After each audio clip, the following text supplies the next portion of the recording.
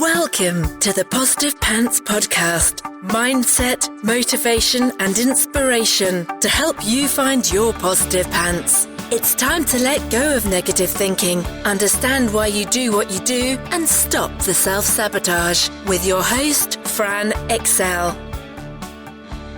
Welcome to the show. As always, it's Fran Excel, your resident subconscious success mentor, helping you find your very own pair of positive pants so you can get out of your own way and live a life that you love. If you want to stop self-sabotaging your own success and let go of the stress, then you are in the right place, my friend. Make sure you download your free Stressed to Success guided meditation at bit.ly/stress to success as my little gift to you just for being here. Please do subscribe, share and review. It really, really helps people that need to hear this message find us, and I so appreciate it. In the show notes, you'll also find details of how you can work with me and where you can get your mitts on my meditations, products, printables, programs. You can find it through the link in my bio on Instagram, which is my favorite place to hang out. So please do come join me over there at I'm Fran Excel. Tag me in your takeaways, slide into my DMs. I'm here for it. So that's the formalities over, my love. So let's jump to the content. Is it really about the money? We might think it's about the money, but it very, very rarely is. And I'm going to let your brain ascertain what it is in this context. It could be why you want to start a business, why you want a certain income level, why you want to stay in your job or want a promotion, something that's triggering you a lot right now when it comes to money, why you want it, etc., etc. I'm going to let you figure it out. So, we might think it's because we want fancy things or the latest Apple product or holidays away or a boat or like whatever it might be for you. But it's probably not actually the money that you want. It's the feeling having that money gives you. It's the feeling that having those things money can buy you. Yeah? So when we get honest about what it is we're really chasing, it gives us a lot more control over it and how you feel about not having it in the meantime. So it actually, more often than not, makes it way more achievable when we're honest about what it is we really want and why we want it. It means that you can let go of some of the goals other people tell you you should want and can see the more achievable goals as a way more attainable. So you can actually take action. Because quite often what happens is when we have a monetary goal that feels so wildly out of the realms of possibility, yet other people are making it look so easy, and therefore you feel pants about yourself because you aren't there yet, yeah, our nervous system will get involved big time. So right, Gary, get involved. All the gremlins and all the unconscious programming bubbles up to the surface because it's not safe for you to take action yet. So as an example, if you've always lived on the breadline and you suddenly decide you're going to be a millionaire, it's going to send you all the self-doubt so you don't try and take action, right? Because that's an unsafe thing for you to have. This is why it's important to figure out the underlying programs that are running. People think they want money, but what they really want is to feel a certain way about their lives and about themselves. So what is that feeling that you're chasing? What is it that you want to feel? Could you get it somewhere else? Is there any other way for you to have that? Yeah. A good example of this is PCs and flexibility, which I will talk about again in a minute. But like that was my feeling that I was chasing, but I thought I wanted the money, right? So people get blinded in the online education industry by these like huge, big, lofty promises, like 6 figures in 6 months, all that sort of stuff. There's nothing wrong with big, lofty goals. I love a big, lofty goal. But if you're honest about why you want it, what it really brings you, and that you don't beat yourself up the entire journey to get there. The trouble is when you're associating those big lofty goals, holding my nose because I sense a sneeze and it's not coming. So when you're associating those big lofty goals with your sense of identity and how you validate yourself, you're attaching a number to your self-worth. So until you hit it, your self-worth takes a knock. It might be reinforcing something that you already think about yourself, the I'm not good enough, or it could be causing you actually causing you to think those negative things about yourself and tell yourself a story that you aren't there yet because you aren't good enough, right? Double whammy. Particularly if you see other people claiming they have already hit that goal. You wonder why you aren't there yet. And we've been trained as a society to value money, to value wealth, and put people on a pedestal if they have it. We see them as better than us, right? Therefore, if you don't have, then you're less than. So we chase it, right? But we chase it because we don't want to feel less than, less worthy, not good enough. That might be chasing a particular salary, a figure in your business income, whatever it might be. But actually, even though it's possible for you to have a 7-figure business, I believe it's possible for anyone to have a 7-figure business, 8-figure business, whatever. But do you really want it? Do you want what comes with it? Might you actually be super happy with the 80k income? Might you be able to live the life that you want with even less than that? Right? We have to start dealing in truths with ourselves. Asking ourselves the questions, what does this give me? What does this take away? What does this mean? You know, we have to start dealing in truths with curiosity. It's painful. It is painful to beat yourself up and feel less than on the journey to your lofty goals. It's so painful. So what are you telling yourself having that money gives you physically and emotionally? What does it give you? What does it allow you to feel? What are you telling yourself that new car or designer handbag gives you? You know, these are seen to be like compasses of how wealthy we are, therefore how good enough we are. And it's all rubbish. It's rubbish. Yeah. What are you telling yourself having that money takes it away from you, or having that money takes away for you, right? You might be telling yourself that the money takes away time, or you might be saying that it takes away worry and things like that. You'll find something else to worry about. So what are you telling yourself having the fancy car or designer swag takes away? You know, could it be a feeling of not being good enough? Do you feel that having this material thing will make people think that you're good enough? Does having these things give you a feeling of self-worth? Does it make you feel validated as a human? Does it make you feel like you'll be more likable or lovable? Does it make you feel like you'll be less lonely? But will it really give you that? Is there anything else that could give you that? What else might that be? Like, how could you have those feelings right now? It is so important to deal in truth when we're running businesses, chasing goals or figuring out what we want, releasing other people's expectations, releasing external validation, really figuring out the reality of what our goals are and what really is the most important thing to us. So what are you really chasing? And is it really about the money? Yeah. You can enjoy yourself so much more if you let go of some of this stuff. So for me, when I was starting my business, I thought it was about the potential money I could make.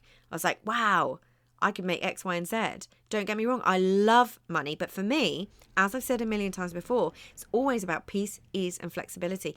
That's what I wanted to feel. That's more important than the money to me. Those are the way I want to feel in myself and in my life. You know, and I've created that with way less money than I thought I would need to feel it. I thought I needed the millions. You don't. Turns out. And it's actually, I've shifted my goals too. They're actually not as lofty as they used to be because I don't need them to be. Yeah. If there's a way for me to feel and achieve those goals without compromising on the PCs and flexibility, then you can bet your bottom dollar I'll find it eventually. But I know I'm capable of it. That's the really, really big difference. Because for now, it's not what I want. I know it's possible, and I know it's possible for me, but I'm choosing that it's not actually what I want until I figure out how to do it, not at the expense of PCs and flexibility. I know that doesn't make me less than, or less worthy, or less valued as a human being than the person who is hitting those massive, lofty income goals. It means we want different things. How much more freeing is that? Like, seriously, how freeing is that? To just acknowledge that the difference between you and that person is that actually you want different things. It's not about the money. The only person who gets to validate my worth is me. And the only person in charge of yours is you. It's not about the money, really, at all. It's how you view yourself and your place in this world. So I would love for you to start looking at your business and your goals from this perspective, which is a lovely segue, because if you've wanted to start a business or shift the way it works for you so you can have more of the things that you want to feel, usually freedom, flexibility, then please do yourself a favor and sign up to my friend Lisa Johnson's famous Race to Recurring Revenue so she can teach you how to do that. The challenge starts today, 21st of March, 2022. It's a lot of t-t-t-t-ts. 4 days to see things differently. And I would love for you to go into that challenge with this in mind, with this episode in mind, and really shift your perspective on what's possible. You only need an absolute maximum of an hour per day to do the challenge, and people make money and have results just purely from doing the challenge. You have until the 3rd of April to complete it, and she gives away tons of prizes too. So if you do like the fancy stuff and you do value the fancy stuff like Mulberry or Gucci and all of these fun things, no judgment here, go get those prizes. They're waiting for you. But I fundamentally believe that everyone has a recurring revenue stream or two in them. I really do. People challenged me on this last year because I always say that when Race to Recurring Revenue is running, consider my DMs on Instagram completely open for the duration for brainstorming, because it's fun for me. I love this. It's so fun. Some people came into my inbox saying, I really can't think of a way to create a recurring revenue stream with what I do or what I want to do and with the knowledge in my head. And I haven't had one yet where I've not been able to come up with something. It's genuinely fun for me. So please do hop into my Instagram inbox at I'm Fran Excel. So my recurring revenue streams are my SOS program, which I run once a year, teaching people how to manage their stress in their lives so they can get off the entrepreneurial roller coaster, emotional roller coaster. I have the Positive Pants Toolkit membership, so it's the app and the community.